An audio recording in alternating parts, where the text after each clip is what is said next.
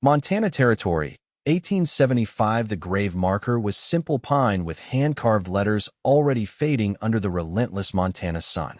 It read, Jacob Miller, ranch foreman, alongside 3 others that had been planted in the rocky soil behind the bunkhouse over the past year. Naomi Lane stood in front of them, her worn leather satchel clutched in one hand, her father's pocket watch in the other. "That'll be you next, miss," a gravelly voice called from behind her. Naomi turned to see a weather-beaten cowhand leaning against the bunkhouse wall, whittling a stick to nothing with a rusted pocket knife. "Most don't even make it 6 months working for Mrs. Rothchild," he continued. "Something about that woman drives foremen to their graves. For in the past year alone." Naomi slipped her father's watch into her dress pocket and straightened her shoulders. At 24, she'd buried both parents, lost the family farm to drought, and traveled 200 miles by stagecoach for this position. The advertisement had been specific: foreman needed for prosperous cattle operation. Previous candidates unsuccessful. Inquire Rothchild Ranch, Helena, Montana Territory.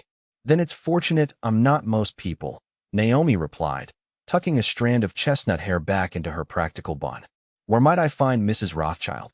The cowhand snorted and pointed his knife toward an imposing 2-story house in the distance, its white paint gleaming like a beacon against the vast, golden prairie. "The widow's up in her counting house, I reckon, counting all her money while we do the dying." Naomi gathered her skirts and started toward the main house without another word. She'd come too far to be discouraged by ghost stories and bitter old men. Elizabeth Rothchild looked up from her ledger when Naomi was shown into her study, a spacious room lined with bookshelves and dominated by a massive oak desk. Despite being in her 50s, the ranch owner maintained an elegant appearance with silver-streaked dark hair pulled into a severe bun and an expensive day dress of deep burgundy. "You're not what I expected," Mrs. Rothchild said, her eyes narrowing as she studied Naomi from head to toe. "I imagine not," Naomi replied calmly, though her heart hammered in her chest. "But I can assure you I'm exactly what your advertisement requested. I've managed my family's farm since I was 16, overseeing hands during planting and harvest, keeping ledgers, and ensuring operations ran smoothly." Mrs. Rothchild's eyebrow arched. "My advertisement specified a foreman, Mississippi Lane. This is cattle country, not a vegetable patch. Cattle need the same things crops do: water, care, and someone who understands profit margins," Naomi countered. "Besides, you've gone through 4 men already. Perhaps a different approach is warranted." For a long moment, the older woman simply stared at Naomi. Then, unexpectedly, she smiled. "Your letter of application mentioned you were educated. It failed to mention your impertinence. I believe the word is forthrightness, ma'am. Something I understand is valued in Montana Territory." Mrs. Rothchild tapped her fingers on the desk. "The job is demanding. 3 meals daily for 40 hands during roundup. 2,000 head of cattle to account for. Predators, rustlers, and the constant threat of disaster. The men won't respect you." "They don't need to respect me," Naomi said. "They need to do their jobs. Respect will follow competence. And if it doesn't, then I suppose I'll be the 5th grave behind the bunkhouse," Naomi said dryly. "But I don't intend to be." Elizabeth Rothchild leaned back in her chair and laughed, a genuine sound that transformed her stern face.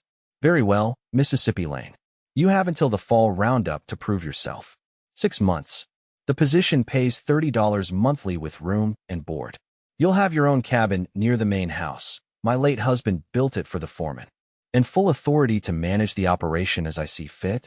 Within reason," Mrs. Rothchild qualified. "I still own this ranch." Naomi nodded. "Then we have an agreement." As they shook hands, Naomi wondered if she had just made the biggest mistake of her life. Naomi's first week at Rothchild Ranch was exactly as difficult as she had anticipated. The hands tested her at every turn, accidentally misunderstanding instructions, taking twice as long to complete simple tasks, and speaking to her with thinly veiled contempt. The cook, an irascible old man named Granger, refused to prepare her meals separately from the men, forcing her to either eat in the bunkhouse, unthinkable for a woman alone, or cook for herself after long days of work. On her 8th day, she rose before dawn and intercepted the men as they filed into the bunkhouse for breakfast. Beginning today, Mr. Wallace and Mr. Jensen will take the North Pasture herd to the Upper Creek, she announced, referring to her notebook. The South Pasture fence needs mending. Mr. Doyle, that's your specialty, I believe. Take Carson and Thompson with you. The men exchanged glances, clearly surprised she knew their names and skills already. Begging your pardon, miss, said Wallace, an older hand with a silvered beard. But the North Pasture herds always moved in the afternoon. Has been for years. Yes, and according to the records, you've lost an average of 3 head per move due to heat exhaustion, Naomi replied. We'll try the morning, when it's cooler. If it doesn't work, we'll return to the afternoon schedule. When no one moved, she closed her notebook with a snap. Unless you'd prefer to explain to Mrs. Rothchild why you're ignoring her foreman's instructions. The men grudgingly dispersed to their tasks, leaving Naomi standing alone in the yard, hoping desperately that her gamble would pay off. By midday, word reached her that the North Pasture move had gone smoothly, with no losses. It was a small victory, but enough to buy her another day of grudging cooperation. You're still here, Mrs. Rothchild observed when Naomi presented her weekly report 2 weeks later. The men haven't driven you off yet. They've tried, Naomi admitted, placing the ledger on the desk. But I've endured worse than surly cowboys. The older woman scanned the figures with practiced efficiency. You've reduced feed waste by 15%. How? By implementing a schedule and measuring portions, Naomi explained. The previous system allowed the men to take as much as they wanted, whenever they wanted. We were losing almost a quarter of our grain to spillage and overfeeding. Elizabeth's lips quirked upward, and the men accepted this change. They did after I pointed out that proper feeding means healthier horses, which means less work for them in the long run. Clever, the widow murmured. You know, Mississippi Lane, each of my previous foremen insisted on doing things exactly as they'd always been done elsewhere. None thought to question established practices. Perhaps that's why they failed, Naomi suggested. This isn't elsewhere. This is Rothchild Ranch. Elizabeth nodded thoughtfully. Indeed it is. Carry on, Mississippi Lane. I find myself curious to see what other innovations you might bring to my operation. Late April brought the first real crisis of Naomi's tenure. A spring storm rolled in from the mountains, dropping temperatures and bringing slashing rain that turned to sleet by nightfall.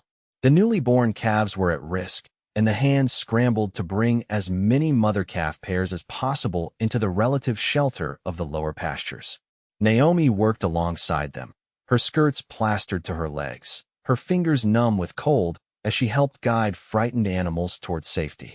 It was well past midnight when a cry went up from the eastern fence line. Flash flood. The creek's rising. Naomi ran toward the shout, holding her lantern high. In the flickering light, she could see water churning through a gully that had been dry just hours earlier, rushing straight toward a low spot where a dozen cows and their calves had bedded down. Get those animals moving, she shouted to the nearest hands. Davidson, Cooper, get ropes on the leaders. As the men raced to comply, a solitary rider appeared through the curtain of rain, pushing his horse hard toward the endangered cattle. Even in the poor light, something about his silhouette caught Naomi's attention. He rode with a fluid grace that spoke of exceptional horsemanship. Together with the mysterious rider, they managed to guide the cattle to higher ground just as the flood waters swept through their former position. When the immediate danger had passed, Naomi turned to thank the stranger.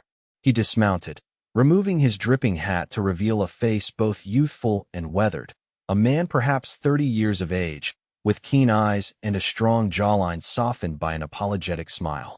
Ethan Sutton, ma'am, he said, extending a gloved hand. I was on my way to inquire about work when the storm hit. Thought I might lend a hand. Naomi took his hand briefly. Naomi Lane, ranch foreman. Your timing is providential, Mr. Sutton. Just Ethan, if you please, he replied, rainwater streaming from his oilskin coat. And I reckon any man would have done the same. Perhaps, Naomi said, but not all men would have succeeded. Your riding skills are considerable. A flash of something, pride, perhaps, crossed his face before he ducked his head modestly. Had lots of practice. Been working cattle since I was knee-high to a grasshopper. We could use experienced hands, Naomi said, making a quick decision. If you're still looking for work, report to the bunkhouse at dawn. We'll see about making this arrangement permanent. As she turned to check on the rest of the herd, She felt his eyes follow her with a curious intensity that wasn't entirely professional. For the first time since arriving at Rothchild Ranch, Naomi was acutely aware of her bedraggled appearance and the fact that she was a woman giving orders to men in a place where such a thing was nearly unheard of. Ethan Sutton proved to be a valuable addition to the ranch. Unlike the other hands, he never questioned Naomi's authority or made cutting remarks about her gender. He simply did his job and did it exceptionally well. His natural way with horses made him particularly useful during breaking season, when the yearlings needed to be saddle-trained. Naomi found herself watching him more often than was strictly necessary for supervision. There was something compelling about the quiet competence with which he approached every task, the gentle but firm hand he used with the animals, and the respectful way he interacted with everyone from Mrs. Rothchild to the youngest stable boy. On a warm afternoon in May, Naomi was reviewing fence repair schedules when Ethan appeared at her cabin door. "Pardon the interruption," he said, hat in hand, "but there's something I think you should see out in the north section." Curiosity piqued, Naomi saddled her mare and followed him through the rolling pastures. They rode in comfortable silence for nearly an hour before cresting a rise that overlooked a secluded valley she hadn't explored before. "It's not technically Rothchild land," Ethan explained as they dismounted, "but it butts right up against the property line. Notice anything unusual?" Naomi surveyed the lush valley with its sparkling creek and abundant grass. "It's remarkably verdant for this time of year." "Exactly," Ethan said with an approving nod. "This valley stays green well into August, even during drought years. The stream is fed by an underground spring that never runs dry." "How do you know this?" Naomi asked, suddenly suspicious. "I worked a neighboring spread about 5 years back," he explained.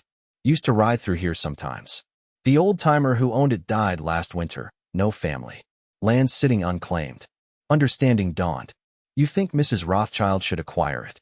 "I think it could be the difference between survival and failure during the next dry spell," Ethan said. "But I'm just a hired hand. Thought the foreman should know." Naomi walked to the edge of the creek, noting the rich soil and natural protection offered by the surrounding hills. "This could support at least 200 additional head," she said, thinking aloud, "or provide emergency grazing during drought years." "My thoughts exactly," Ethan agreed, coming to stand beside her. "Too valuable to let some land speculator snatch up." The breeze shifted, bringing with it the scent of wildflowers and the subtle, clean smell of Ethan's soap. Naomi was suddenly aware of how alone they were, how improper it would seem to anyone who might discover them. A single woman and man, miles from the ranch, with no chaperone. Yet she felt no fear in his presence, only a warming comfort that was becoming dangerously familiar. "I'll speak with Mrs. Rothchild," she said, stepping back slightly. "Thank you for bringing this to my attention, Mr. Sutton." A flicker of disappointment crossed his face at her renewed formality. "Just doing my job, Mississippi Lane." The ride back was quieter, with Naomi feeling the weight of something unspoken between them. 50 acres of prime grazing land for $800, Elizabeth Rothchild mused, examining the survey map Naomi had procured from the land office in Helena. "It's a sound investment.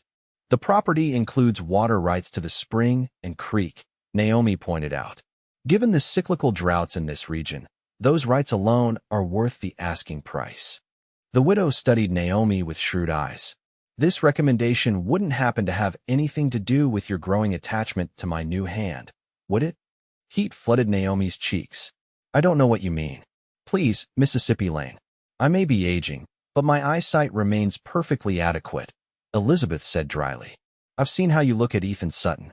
More importantly, I've seen how he looks at you." "Mr. Sutton has been a model employee," Naomi said stiffly. "Nothing more." "A pity," the older woman remarked. "He seems a vast improvement over the drunken louts who typically pass through here." She tapped the map decisively. "I'll purchase the land. Not because of any supposed romantic notions, but because it's a prudent business decision." Naomi rose to leave, anxious to escape the uncomfortable conversation, but Elizabeth's voice stopped her at the door.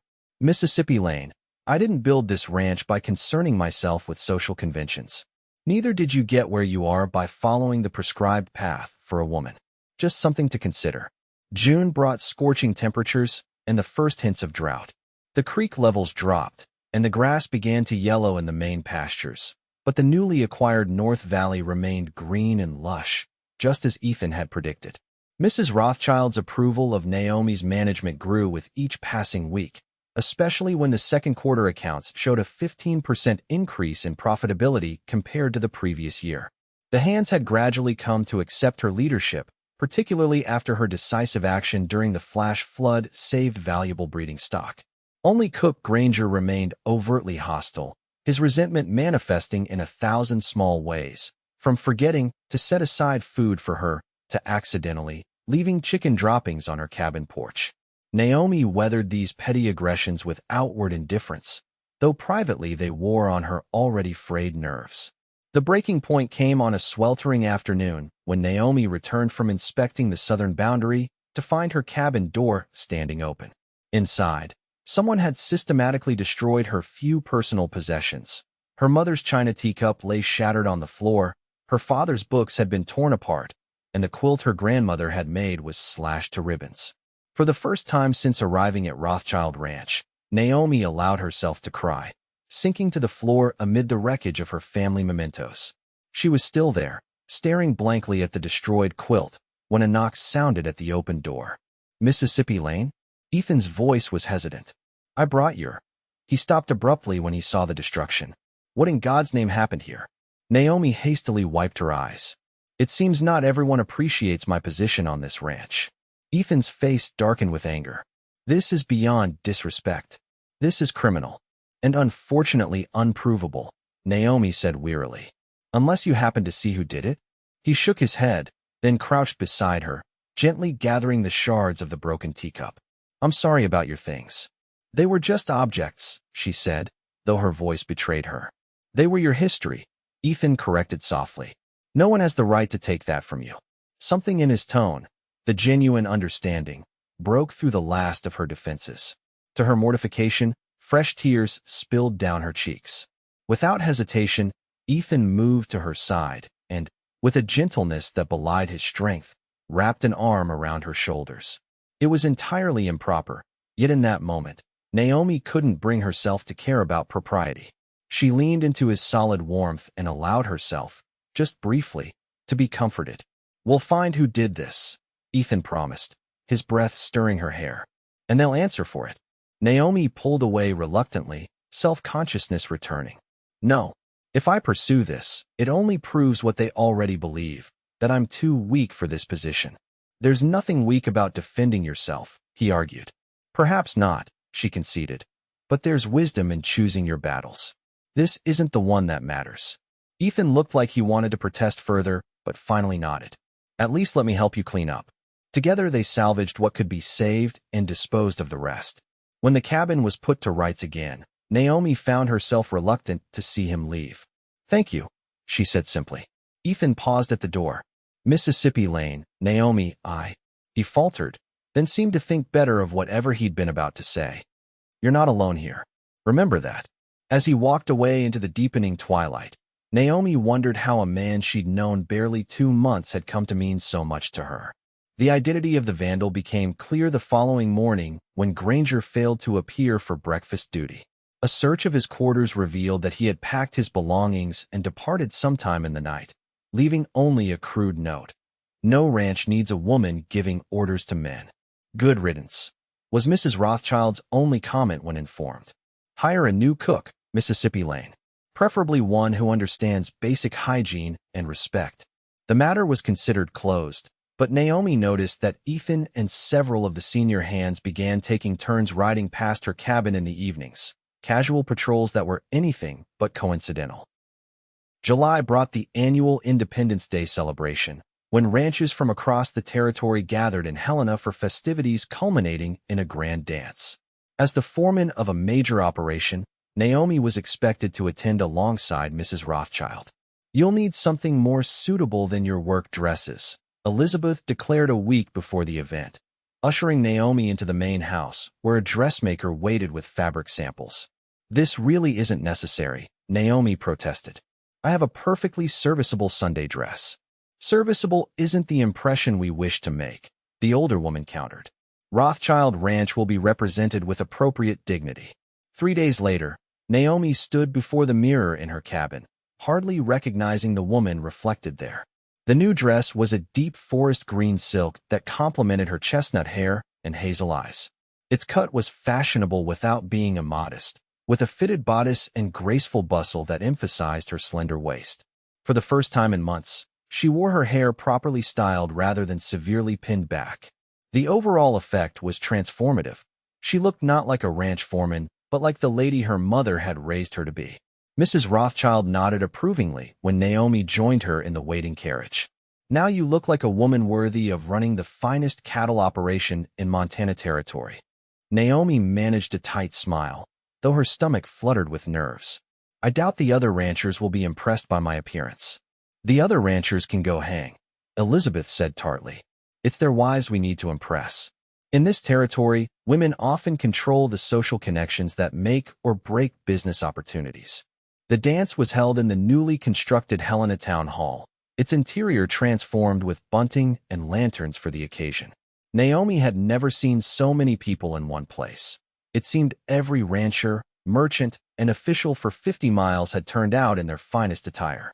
Mrs. Rothchild moved through the crowd with practiced ease, introducing Naomi to influential couples and subtly highlighting the improvements to the ranch under her management. For her part, Naomi did her best to appear poised and knowledgeable, though she felt increasingly out of place among the refined ladies with their elaborate coiffures and easy social graces. She was gratefully accepting a glass of punch when a familiar voice spoke behind her. Mississippi Lane, I hardly recognized you. Turning, Naomi nearly spilled her drink at the sight of Ethan Sutton in formal attire. His usual work clothes had been replaced by a well-tailored black suit, white shirt, and string tie. His dark hair was neatly combed, and he'd clearly visited a barber recently, his usual stubble replaced by a clean-shaven jaw that accentuated his strong features. Mr. Sutton, she managed, trying to ignore the sudden acceleration of her heartbeat. I'm surprised to see you here. Mrs. Rothchild insisted that senior hands represent the ranch, he explained with a rueful smile. Though I confess I feel about as comfortable in this getup as a longhorn in a china shop. You wear it well, Naomi said before she could stop herself. A pleased expression crossed his face. As do you, Mississippi Lane. That color suits you admirably. The small orchestra in the corner struck up a waltz, and couples began moving toward the dance floor. Would you do me the honor? Ethan asked, extending his hand. Propriety dictated that Naomi should decline. Dancing with an employee would spark gossip. Yet as she looked into his earnest eyes, she found herself placing her hand in his. I should warn you that I haven't danced in years, she said as he led her to the floor. Fortunately, it's like riding a horse, Ethan replied, his hand settling respectfully at her waist. The body remembers. As they moved through the steps of the waltz, Naomi was acutely aware of every point of contact between them, his hand at her waist, her hand on his shoulder, their palms pressed together. He guided her with the same quiet competence he showed in all things, making the dance feel as natural as breathing. You dance very well for a cowhand, she observed. A shadow passed across his face. I wasn't always a cowhand. My father owned a successful freight business in St. Louis. I was raised with certain expectations. What happened? Naomi asked, sensing there was more to the story. The war, he said simply. He died at Shiloh. The business failed. I headed west like so many others, looking for a fresh start. I'm sorry, Naomi said softly. I lost my brother at Gettysburg. Ethan's hand tightened briefly around hers, a gesture of shared understanding that needed no words. They continued dancing in comfortable silence, and Naomi found herself relaxing into his steady guidance. People are watching, she murmured as the music began to wind down. Let them, Ethan replied, his voice low. I'm dancing with the most capable woman in the territory. Why wouldn't they watch? The waltz ended, but Ethan didn't immediately release her hand. Mississippi Lane. Naomi, I know my position makes this inappropriate, but I wonder if you might permit me to call on you properly sometime. Before Naomi could respond, Mrs. Rothchild appeared at her elbow. Mississippi Lane, Governor Potts has expressed interest in meeting you. Mr. Sutton, I believe you've monopolized our foreman long enough. With a respectful nod, Ethan retreated, leaving Naomi with the unanswered question hanging between them. August brought relentless heat that tested both humans and animals. The creek beds dried to dusty scars across the landscape, and the cattle grew restless, seeking what little shade could be found. Only the North Valley remained relatively verdant, proving the wisdom of its purchase. Naomi worked from dawn until well after dusk, overseeing water rationing, managing stressed livestock, and preparing for the fall roundup. She saw little of Ethan during this period, as he was assigned to the furthest pastures where the most vulnerable cattle had been relocated. Perhaps it was for the best, she told herself. The connection between them was undeniable, but pursuing it would undermine her hard-won authority and potentially cost them both their positions. Yet in quiet moments, her thoughts inevitably turned to him, to the strength and gentleness of his hands, to the understanding in his eyes, to the unfinished conversation at the Independence Day dance. Disaster struck in the third week of August when lightning ignited the dry grass near the western boundary. The fire spread with terrifying speed, driven by gusting winds toward the main pastures where hundreds of cattle grazed. Naomi organized the hands into teams, some digging fire breaks, others driving the animals toward safety, still others carrying water from the remaining wells to douse the encroaching flames. For 18 hours they battled the blaze, their faces blackened with soot, lungs burning from smoke, eyes stinging from ash and exhaustion. When the fire finally abated, leaving a charred swath of destruction in its wake, Naomi ordered a head count. Miraculously, they had lost only 11 cattle, a testament to the crew's quick response and coordination. It was only after ensuring that all the men were accounted for that Naomi allowed herself to acknowledge her own injuries: burned hands from handling hot shovels, a scorched sleeve where sparks had caught her clothing, and a persistent cough from smoke inhalation. She was washing her blistered palms at the pump when Ethan appeared, his own face streaked with soot and sweat. "You need to have those burns treated properly," he said without preamble. "They're minor," Naomi dismissed, though the water's touch made her wince. "The cattle are safe, thanks to you," he interrupted. "Now it's time to take care of yourself." Without waiting for permission, he took her elbow and guided her toward her cabin.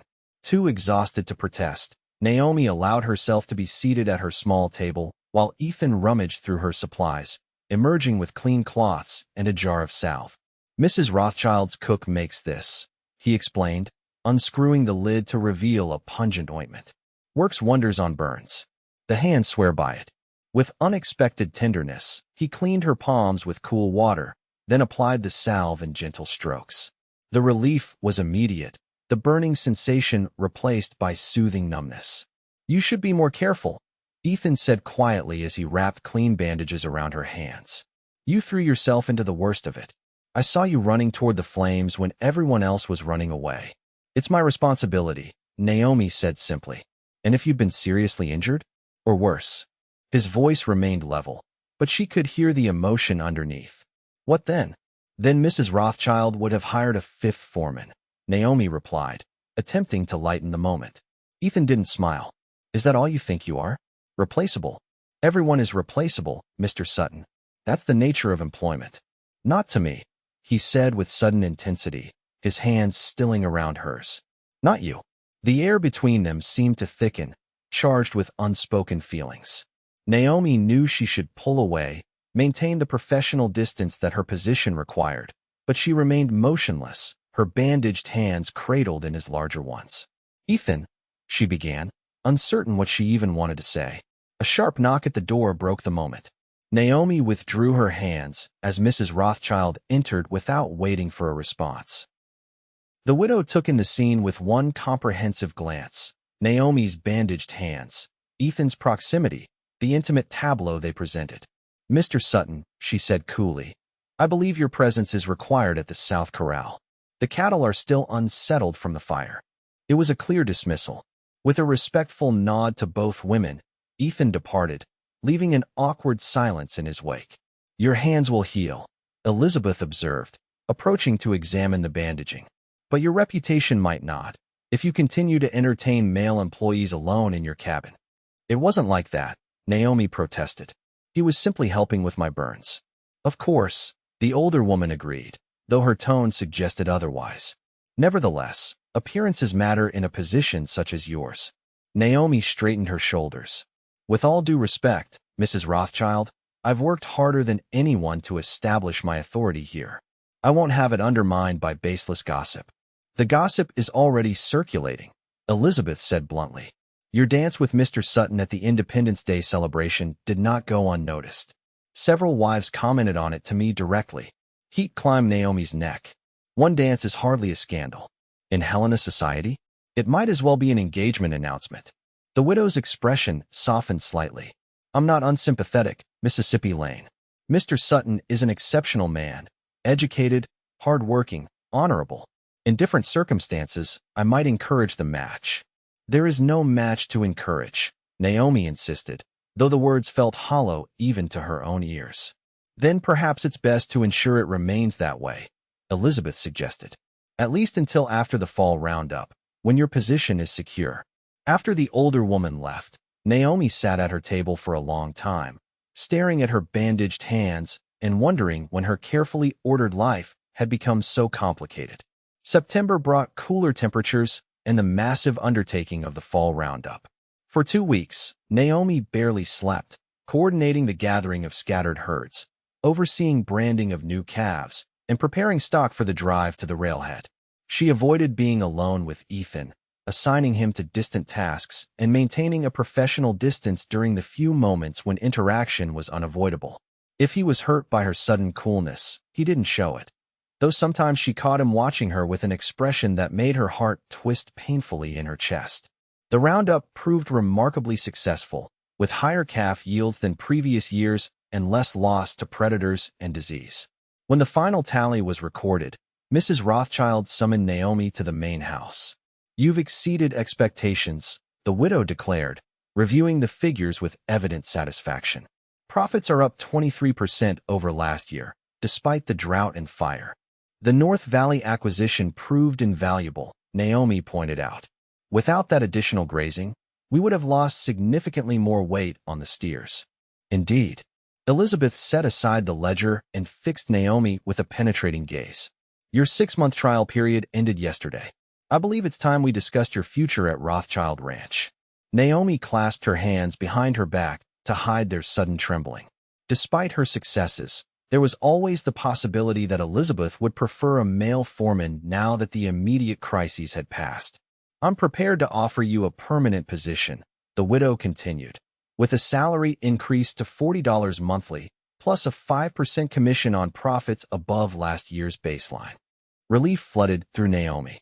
Thank you, Mrs. Rothchild. I accept. There's more, Elizabeth said, rising from her desk to pour 2 glasses of sherry. I'm not getting any younger, Mississippi Lane. Managing this ranch has become increasingly taxing. I find myself contemplating retirement, perhaps a return to Philadelphia where my sister lives. She handed Naomi a glass. I have no children, no direct heirs. What I do have is a profitable enterprise that I've built from nothing and would hate to see dismantled after my death. Naomi sipped the sherry, uncertain where this was leading. I'm proposing a partnership, Elizabeth continued. You would continue as foreman, but with an ownership stake of 15%, increasing by 5% annually for the next 5 years. At the end of that period, we would be equal partners. Stunned, Naomi nearly dropped her glass. Mrs. Rothchild, I don't know what to say. Say you'll consider it, the older woman replied. It's a significant commitment on both our parts. Take some time to think it through. May I ask why me? Naomi managed. Surely there are others with more experience, more connections in the territory. Elizabeth smiled thinly. Experience can be acquired. Connections can be built. But the intelligence, determination, and vision you've demonstrated? Those are far rarer qualities, Mississippi Lane.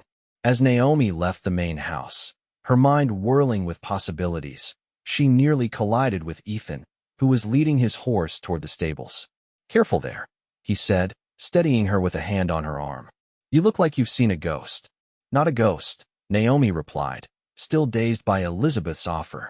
A future I never imagined. Ethan studied her face with concern. Good news or bad? Good, I think. Overwhelming, but good. He smiled then. The warm, genuine smile that never failed to quicken her pulse. I'm glad to hear it. You deserve good things, Naomi. The use of her first name, so natural on his lips, reminded her of all the reasons she'd been avoiding him. Yet in that moment, flush with the promise of a secure future, those reasons seemed less compelling than they had before. Ethan, she began hesitantly, about these past few weeks. No explanation needed, he interrupted gently. I understand your position requires certain boundaries. Yes, but Mississippi Lane. One of the young stable hands came running toward them. Mrs. Rothchild needs you right away. A telegram just arrived from the cattle broker in Chicago. With an apologetic glance at Ethan, Naomi hurried back to the main house. Their conversation once again left unfinished. October painted the landscape in russets and golds as Naomi settled into her new role as partial owner of Rothchild Ranch.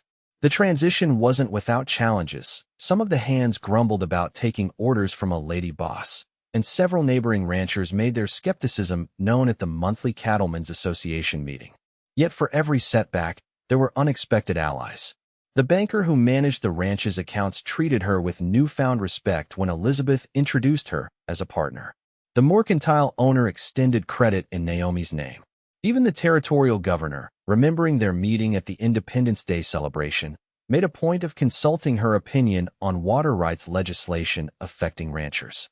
Through it all, Ethan remained a steadfast presence, never overstepping boundaries, but always ready with practical support and quiet encouragement. He took on additional responsibilities without being asked, trained the newer hands in Rothchild methods, and gradually became Naomi's most trusted lieutenant in ranch operations. On a crisp afternoon in late October, Naomi rode out to check on the herd in the North Valley. As she crested the final rise, she was surprised to find Ethan already there, dismounted beside the creek where they had first discovered the property. Great minds think alike, he called as she approached. I wanted to see how the new fencing was holding up. As did I, Naomi replied, swinging down from her saddle. Though I confess I also came to enjoy the view. It's especially beautiful this time of year. The valley was indeed spectacular, with golden cottonwoods lining the creek and the distant mountains dusted with early snow. Cattle grazed contentedly on the still green grass, fat and healthy despite the hardships of the summer. It's become my favorite spot on the ranch, Ethan admitted. Peaceful, like a little piece of paradise hidden away just for us. The casual us sent a flutter through Naomi's chest. She moved to stand beside him, close enough that their shoulders nearly touched. I never properly thanked you, she said after a comfortable silence. For what? For showing me this valley. For believing in my ability to run this ranch when others doubted. For 100 small kindnesses that made all the difference. Ethan turned to face her, his expression serious. You don't owe me thanks, Naomi. You earned everything you've achieved here through your own merit. Perhaps, she acknowledged. But having someone who saw that merit, who valued it without reservation, that made the difficult days bearable. Something shifted in his gaze, a warmth kindling that had nothing to do with the autumn sun. I've tried to keep my distance, to respect your position and the complications it creates. But I find myself increasingly unable to pretend that my feelings for you are merely those of an employee for his boss. Naomi's heart hammered against her ribs. What feelings would those be exactly? Instead of answering immediately, Ethan reached out slowly, giving her ample time to withdraw, and took her hand in his. The kind that make a man imagine a future he never dared hope for. The kind that make the hardest work seem worthwhile because it brings him near to her. The kind that poets write about, but cowboys rarely speak of. Ethan, Naomi breathed, scarcely believing what she was hearing. I love you, Naomi Lane, he said simply. I think I have since the night of the flood, when you stood in the pouring rain giving orders like you were born to command armies. I've tried not to love you, knowing it complicates your life. But I find I'm not strong enough to stop. For a moment, Naomi couldn't speak, overwhelmed by emotions she'd kept tightly controlled for months. Then, with a clarity that felt like stepping into sunshine after a long darkness, she made her decision. I don't want you to stop, she said, tightening her fingers around his. I've spent my entire adult life being practical, putting duty before personal happiness. Perhaps it's time to be impractical for once. Hope blazed in Ethan's eyes. Are you saying, I'm saying that I love you too? Naomi interrupted, the words bringing a liberation she hadn't expected. And that I'm tired of pretending otherwise. With exquisite gentleness, Ethan raised his free hand to her cheek. "May I kiss you, Mississippi Lane? Highly improper though it may be. I believe I would be very disappointed if you didn't, Mr. Sutton," she replied with a smile that felt foreign to her face after so many months of careful restraint. His lips met hers with a tenderness that brought tears to her eyes. A first kiss that felt like coming home after a long journey.